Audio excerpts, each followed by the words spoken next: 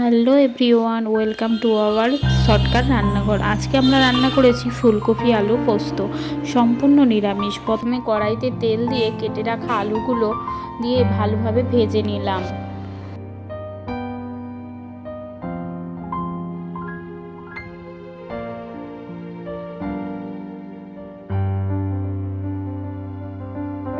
ভাজা হয়ে গেলে কড়াইতে তেল দিয়ে ফুলকপিগুলো আমরা ভালোভাবে ভেজে নিলাম, একটু ঢাকনা দিয়ে সিদ্ধ করে নিলাম। তারপর ওই কড়াইতে আলু আর ফুলকপি ভাজা দিয়ে অল্প জল দিয়ে লঙ্কা গুঁড়ি হলুদ গুঁড়ি দিয়ে কিছুক্ষণ সিদ্ধ করে নিলাম।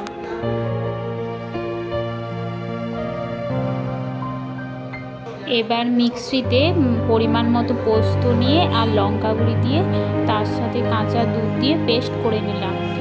এবারে ওই পেস্টটা আমরা ওই কড়াইতে দিয়ে দিলাম, দিয়ে কিছুক্ষণ নাড়াচাড়া করে আমাদের যখন জলটা মরে গেল আমাদের তৈরি হয়ে গেল আলু ফুলকপি পোস্ত।